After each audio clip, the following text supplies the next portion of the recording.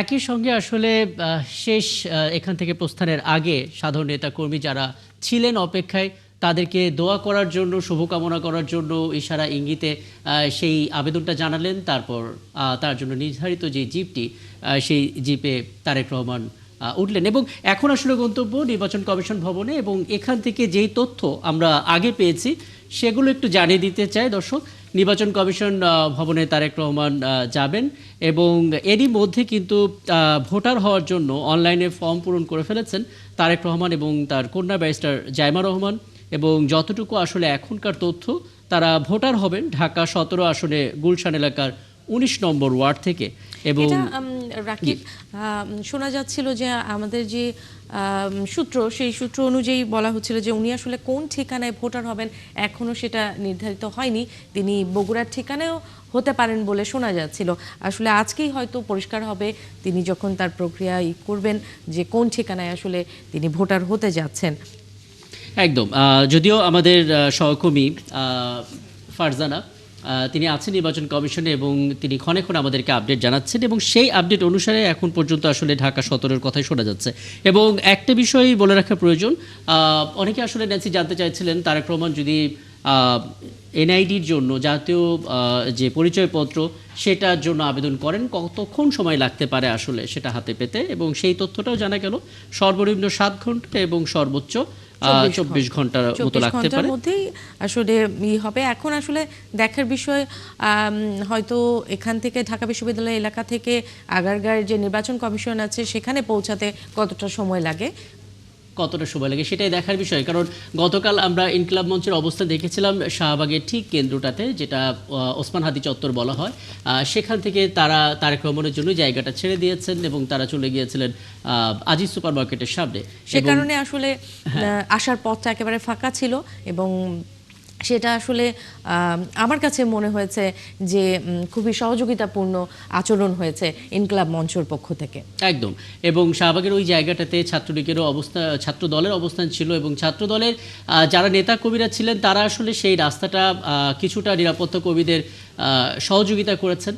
এবং ছাত্রদলের সভাপতি রাকিবকে আমরা দেখছিলাম, তিনিও গণমাধ্যমের সঙ্গে কথা বলেছেন। ছাত্রদলের পক্ষ থেকে যে ধরনের সহযোগিতা করার কথা, সেই ব্যাপারটাও তারা প্রকাশ করেছেন। অন্তত ঢাকা বিশ্ববিদ্যালয়ের এলাকায় যেই কাজটা, কর্মসূচির অংশটা ছিল ওসমান হাদির কবর জিয়ারত করা, দোয়া করা, এবং যারা এখানে আছেন তাদের জন্য শুভকামনা জানানো, সেই কাজটা শেষ হয়েছে। এবং একটা বিষয় দেখেছেন, গতকাল আমরা সেই লাল সবুজ বাসে করে তারেক রহমান যতদূর গিয়েছেন, প্রায় কালকে 16 ঘন্টার একটা জার্নি ছিল। অর্থাৎ বাসা থেকে বের হয়ে একেবারে নিজের বাবার সমাধিস্থলে যাওয়া জিয়া উদ্যানে, সেখান থেকে সাভার স্মৃতিসৌধে এবং বাসভবনে ফিরে আসা, প্রায় 16 ঘন্টার একটা সময় তিনি কাটিয়েছেন। কিন্তু একেবারেই মানে আমরা বলছিলাম যে যেহেতু সূর্য ঢলে পড়েছে, সেই যাওয়াটা আসলে কতক্ষণ হবে আমরা সেই শঙ্কা প্রকাশ করছিলাম, এবং সেটাই কিন্তু হয়েছে।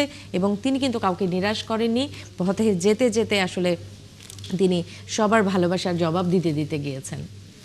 আজকে দেখা যাচ্ছে তার গাড়ি বহরে তিনি যেই জিপটাতে বসেছেন, সেই জিপটা মোটামুটিভাবে ফুলের পাপড়িতে আসলে ঢেকে গেছে। ধীরে ধীরে গাড়ি বহরটি এগোচ্ছে, এবং এই অংশটুকু পার হতে পারলেই সরাসরি নির্বাচন কমিশন ভবন আগারগাঁর দিকে যাত্রা শুরু করবেন। এবং যতটুকু পারা যায় সেই ধীরগতি গাড়িটা গত দুদিন ধরে আসলে যতটা ধীর গতি ছিল, আজকে কিছুটা দ্রুত গতিতে যাচ্ছে। নিরাপত্তা চাদরটা ঠিক আগের মতোই আছেন, এবং একই সঙ্গে বিভিন্ন পয়েন্টে আমাদের সহকর্মীরাও তো আছেন, তাদের ক্যামেরার ফ্রেমে নিশ্চয়ই সেই ছবিগুলো আমরা দেখতে থাকবো। একদম রাকিব, আমরা দেখতে পাচ্ছিলাম যে কিছুক্ষণ আগে যখন গাড়িতে ওঠার আগে কিন্তু তিনি দাঁড়িয়ে সবারকে হাত নেড়েছেন এবং সবার কাছে দোয়া প্রার্থনা করেছেন।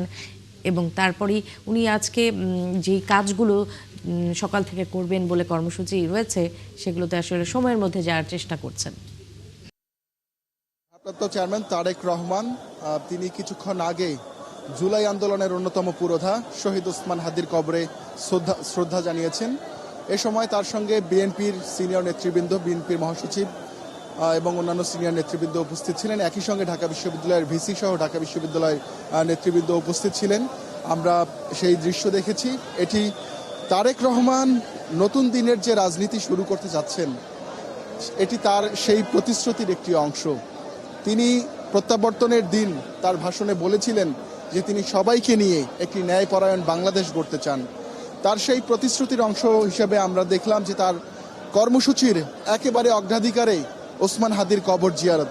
আপনি জানেন ওসমান হাদি বিএনপি শহীদ রাষ্ট্রপতি জিয়াউর রহমান প্রতিষ্ঠিত যে দল, সেই দলকে তিনি অসম্ভব পছন্দ করতেন এবং ওসমান হাদি তার বক্তব্যে বারবার জিয়াউর রহমান, খালেদা জিয়া এবং তারেক রহমানের প্রতি কৃতজ্ঞতা প্রকাশ করেছেন যে এই দলটি দীর্ঘদিন ধরে বাংলাদেশের গণতান্ত্রিক আন্দোলন, গণতান্ত্রিক অগ্রযাত্রার যে নেতৃত্ব দিয়েছে, সেটি ওসমান হাদি যখন জীবিত ছিলেন তিনি তার একাধিক বক্তব্যে সেই বিষয়টি স্বীকার করেছেন এবং বিএনপির প্রতি যে তার ভালো লাগা আছে সেটিও তিনি বারবার প্রকাশ করেছেন। তবে তার রাজনৈতিক আদর্শ ভিন্ন, তিনি আরেকটু ভিন্নভাবে চিন্তা করতেন। এজন্য তিনি একটি ভিন্ন রাজনৈতিক মঞ্চ, প্ল্যাটফর্ম গঠন করেছিলেন ইনকিলাব মঞ্চ, এবং সেখান থেকে তিনি স্বতন্ত্রভাবে জাতীয় নির্বাচনে অংশগ্রহণের ঘোষণা দিয়েছিলেন এবং ঢাকা ৮ আসন থেকে তার ধারাবাহিক নির্বাচনী কার্যক্রম চালাচ্ছিলেন। এমনই একটি দিন 12ই ডিসেম্বর তিনি আক্রান্ত হন এবং 18ই ডিসেম্বর শেষ নিঃশ্বাস ত্যাগ করেন। তারেক রহমান ওসমান হাদির এই চলে যাওয়ায় অত্যন্ত ব্যথিত এবং ওসমান হাদির পরিবারের প্রতি তার সর্বোচ্চ সহমর্মিতা। আজকে আমরা যেটি দেখলাম, ঢাকা বিশ্ববিদ্যালয়ে তারেক রহমান এসেছেন এবং তিনি শহীদ হাদির কবরের পাশে দাঁড়িয়েছেন, প্রার্থনা করেছেন, শ্রদ্ধা জানিয়েছেন। বিএনপির মহাসচিব মির্জা ফখরুল ইসলাম আলমগীর যেটি বলছিলেন যে তারেক রহমান যে নতুন দিনের রাজনীতি শুরু করতে চান, সেই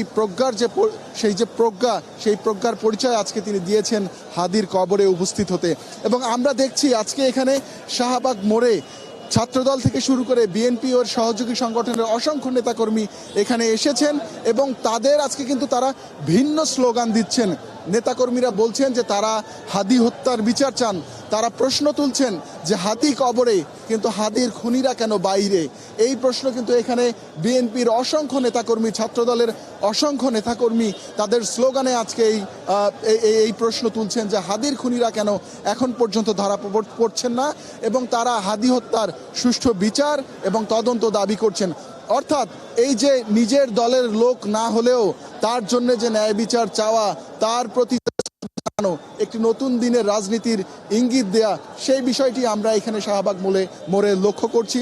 আপনি দেখতে পাচ্ছেন নিশ্চয় আমাদের অনেকগুলো ক্যামেরা এখানে কাজ করছে, আপনি নিশ্চয় তাদের মাধ্যমে দেখতে পাচ্ছেন যে তারেক রহমানের গাড়ি বহরটি কিছুক্ষণের মধ্যে শাহবাগ মোড় পেরিয়ে বাংলা মোটর, কারণ বাজার, ফার্মগেট হয়ে আগারগাঁয়ের দিকে যাবে। তার দিনের উল্লেখযোগ্য একটি কার্যক্রম ভোটার তালিকা নিবন্ধন। এরই মধ্যে অনলাইনে তিনি আবেদন করেছেন, গুলশান এলাকায় তিনি ভোটার হবেন।